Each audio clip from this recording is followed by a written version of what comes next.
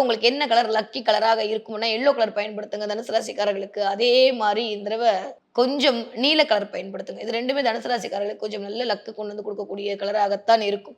இந்த தடவை என்ன தெய்வத்தை நீங்கள் வழிபாடு செய்யலாம்னா, காளி வழிபாடு தான். வேற வழியே கிடையாது. வக்ரகாளிய முடிஞ்சா போய் ஒரு தடவ பார்த்துட்டு வாங்க. இல்லாட்டி காளி வழிபாடு உங்களுடைய கலக்கங்களை தீர்த்து உங்களுக்கு காரிய வெற்றி தரக்கூடிய வழிபாடாக இருக்கும். உங்க வீட்டு பக்கத்துல காளியம்மன் கோவில் இருக்கு, மாரியம்மன் கோவில் இருக்கு, ஏதோ இருக்கோ மறக்காம என்ன ஆனாலும் சரி, எந்த ராஜா எந்த பட்டணம் போனாலும் சரி, செவ்வாய்க்கிழமை இல்லாட்டி வியாழக்கிழமை கண்டிப்பாக போய் தனுசு ராசிக்காரர்கள் காளியம்மன் கோயில்ல ஏதாவது ஒரு விளக்கு போட்டு நமஸ்காரம் பண்ணிட்டு வர உங்களுக்கு தடை வரணும்னு நெனச்சா கூட அந்த இடத்தை காலத்தை வெல்லக்கூடியவளே காளி தான்.